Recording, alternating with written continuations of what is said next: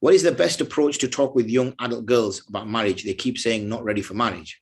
I think that's unfortunately the society that now we've brought about. I think as chaps, men have not made marriage a comfortable thing. And also as women, we feel marriage takes our freedom away. So it's a social problem, this. It's not a gender problem. So I think socially, we need to change as a community. I'm now seeing ladies getting older and older and older before their marriage.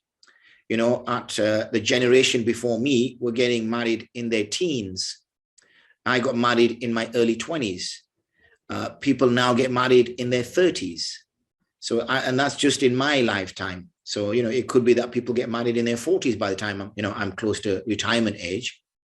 So the only reason people are delaying it is because people don't want to share. People are becoming more selfish. They don't want to share their space, their life with somebody else and have it dictated to. We want to decide things ourselves. And marriage is one of those things where you become a team. And a team means that we all have to pull in the same direction. A team means we have to do things, sometimes make sacrifices for the betterment of the team. Okay. Now, when we've been raised as selfish, as self-orientated, as do what you want to do, okay, or be free, and all these kind of liberal philosophies that we buy into, then what happens is that, unfortunately, marriage is something then that takes all that away from us. So you'll find now that marriage is the last thing. Secondly, sexual gratification.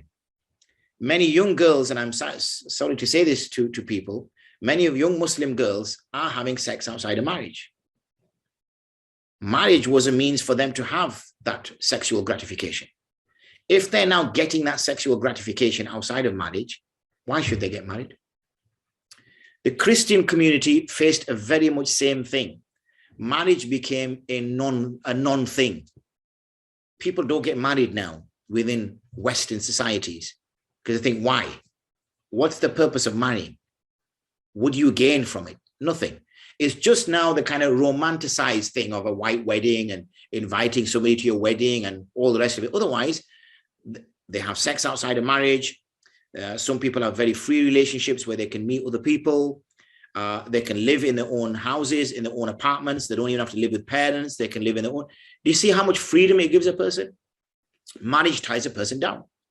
So therefore, what we're seeing now is because of this freedom and this liberal thinking and the fact that we have all things available to a married woman before marriage, without the hassle, without the aggro, why would a person get married?